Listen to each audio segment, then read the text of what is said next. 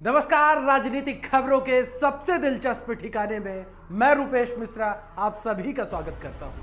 सियासत और शक्ति प्रदर्शन का चोली दामन का नाता रहा है, या यूं समझिए कि बगैर शक्ति प्रदर्शन सियासत का दस्तूर अधूरा माना जाता है। लिहाजा सचिन पायलट ने भी अब शक्ति प्रदर्शन को एक बड़ा हथियार माना है। पायलट जब से आए हैं तब से शक्ति प्रदर्शन का दौर बदस्तूर जारी है।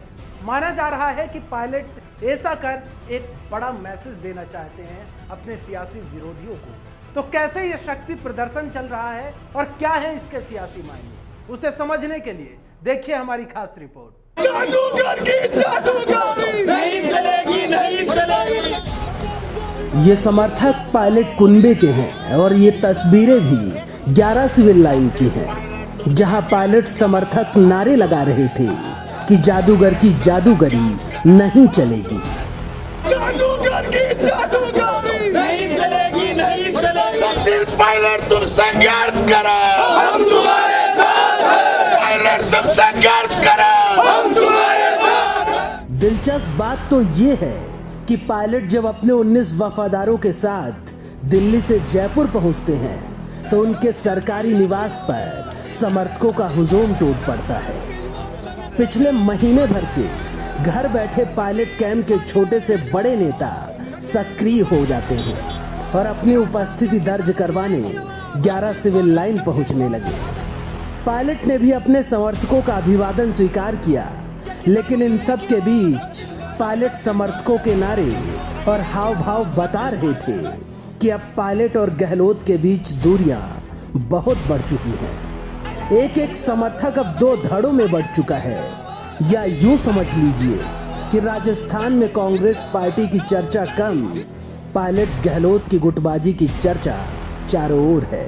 खैर, पायलट ने भी एक बार पुनः अपने महीने भर पुरानी बात को दोहराया और कहा सत्य परेशान हो सकता है लेकिन पराजित नहीं। ये सब बेबुनियाद बातें कर कर एक ऐसा वातावरण निर्मित करने की कोशिश की गई जिसका कोई आधार नहीं है।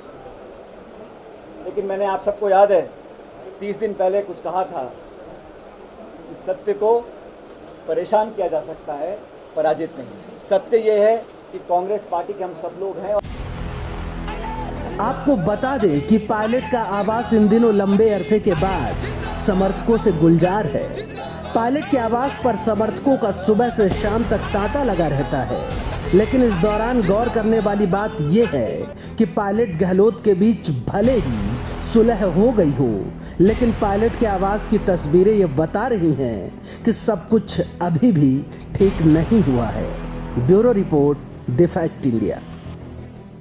तो देखिए आपने हमारी खास रिपोर्ट कि कैसे जो पायलट समर्थक हैं वो तरह तरह के नारे लगा रहे हैं और लगातार सुबह शाम उनके आवास पर उनके समर्थकों का तांता लगा रहता है। यानी जो पायलट कैंप के जो छोटे बड़े नेता पिछले 1 महीने से घर में थे वो अब पायलट के यहाँ लगातार पहुंचने लगे हैं।